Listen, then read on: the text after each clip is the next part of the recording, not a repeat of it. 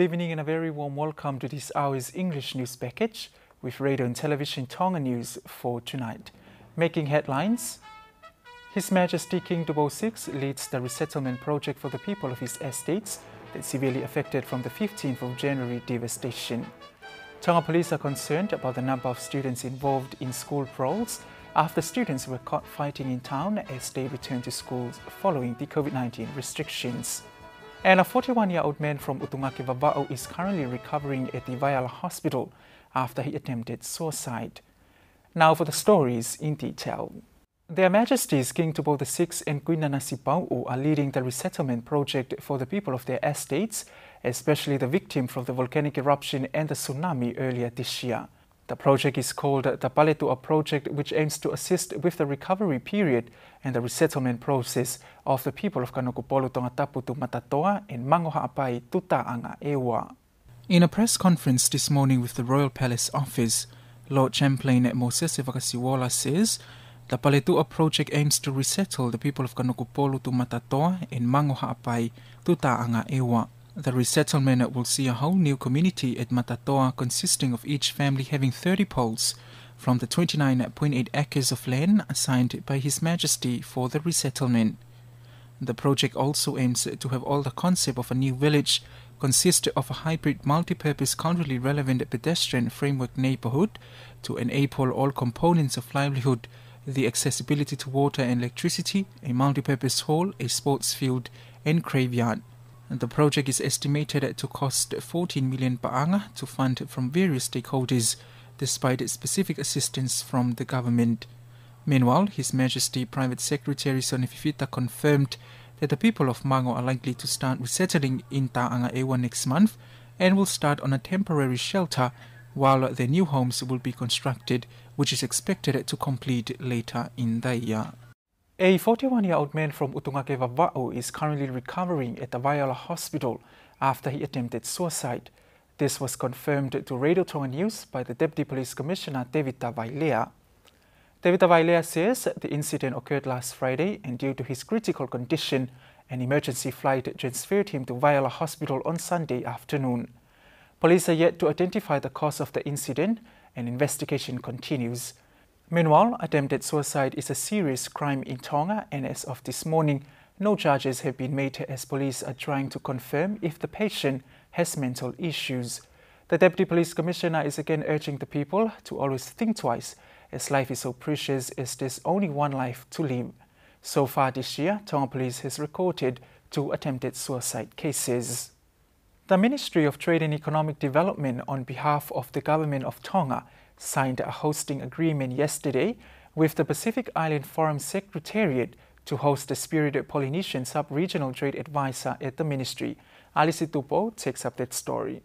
The trade advisor is Stephen Musubaya and he is employed by the Pacific Islands Forum Secretariat under the financial assistance of the European Union through the Strengthening Pacific Intra-Regional and International Trade Program. The program aims at boosting and increasing intra-regional and international trade by strengthening institutional and technical capacity in the region. It will facilitate the implementation of trade agreements, in particular the EPA, and of the Pacific's Aid for Trade Strategy 2020 to 2025.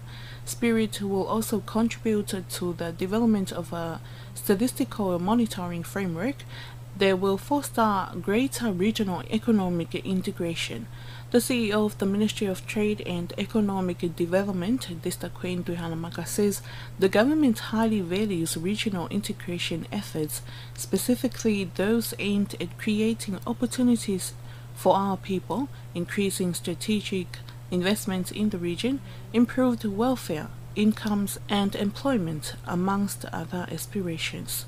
The trade advisors will help member countries in their assigned sub-region to realize the benefits under the Spirit program, including technical support and advice in the process of accession and implementation of the Economic Partnership Agreement. These trade advisors will also deliver a range of capacity building and training initiatives to the Pacific countries. Reporting for Radio and Television Tonga News, I'm Alice Tupo. Tonga police are concerned about the number of students involved in school prowls. Just last Friday, students were caught fighting in town as they returned to school following the COVID-19 restrictions. Students from Tonga College and Tupo College were involved in the prowl at the Matealona Road in front of Tonga High School. The concern comes amid the Ministry of Health and Tonga Police trying to enforce the restrictions imposed to minimize the spreading of COVID-19 in the communities. Following the school prowl, Vailea urged parents and guardians the importance of working together to minimize and avoid school prowls in Tonga. They can simply help by picking up their children after school hours. He also warned the students that from now on, police will strictly monitor the roaming around in the Nuku'alofa area after school. The prowl on Friday evening, Tonga Police took all the students from Tupo College to the Central Police and contacted their parents to pick them up. The Ministry of Tourism has kicked off their preparation for the Heilala Week Festival 2022 to mark His Majesty King Tupo VI's birthday. This year's Heilala Festival will start on the 3rd of July. Alice Tupo tells you more on that story. The festival week is organized by the ministry to mark His Majesty King Tupo VI's birthday. This is an annual event, but due to COVID-19 restrictions, it was cancelled in previous years. Speaking to Radio and to Television Tonga News, the Deputy CEO of Destination Development Division for Ministry of Tourism, Anthony Koka, says that the program will start on the first week of July and the ministry has organized every program for each day.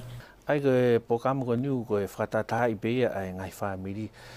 the 4th of July, will be a family fun fair aims to combine families, and there will be games and playing events for children. This is a usual program that held every Heilala week, and at the meantime, there will be a float parade about the themes. Firstly is the private sectors, second is the tradition, and last one are shows from the government ministries. Float parades must decorate their vehicles according to Tongan culture, and everyone is welcome to register to this year's festival. Meanwhile, tourism sector was affected when border closures, but they are preparing for the time border will open for traveling to overseas. The CEO for Ministry of Tourism, Soni Malamathi, says that they are very concerned of whale-watching business because it's only Tonga in the region that do this, especially in the time when allowing tourists to whale-watch, and there are good income for Tonga.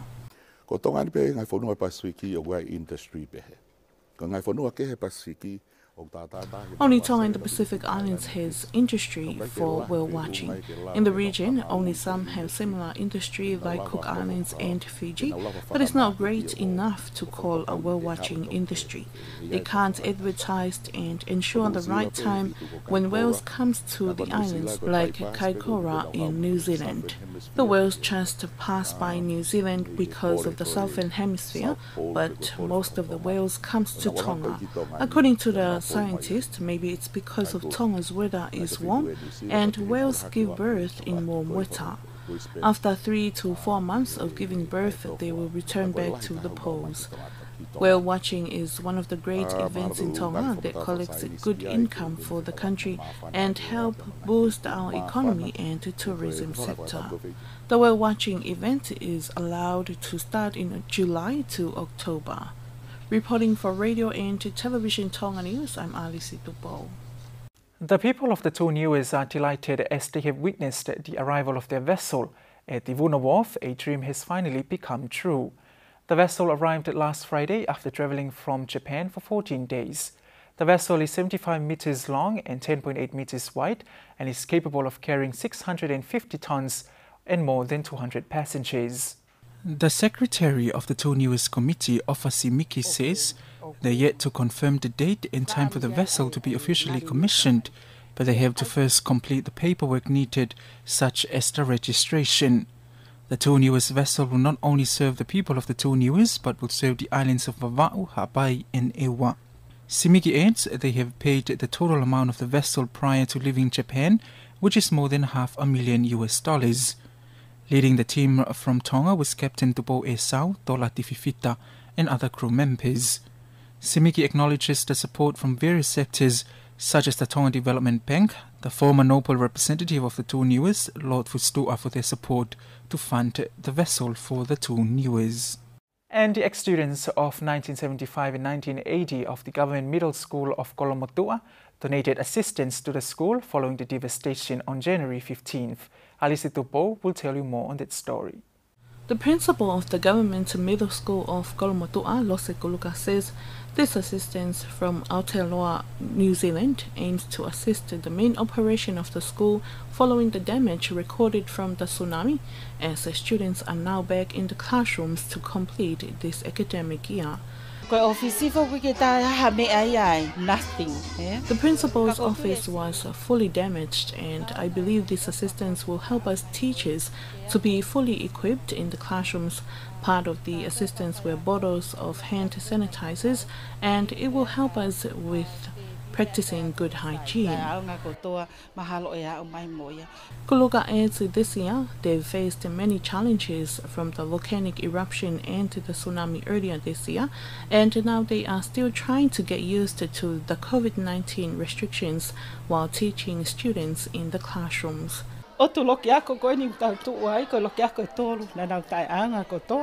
These 3 classrooms were badly damaged.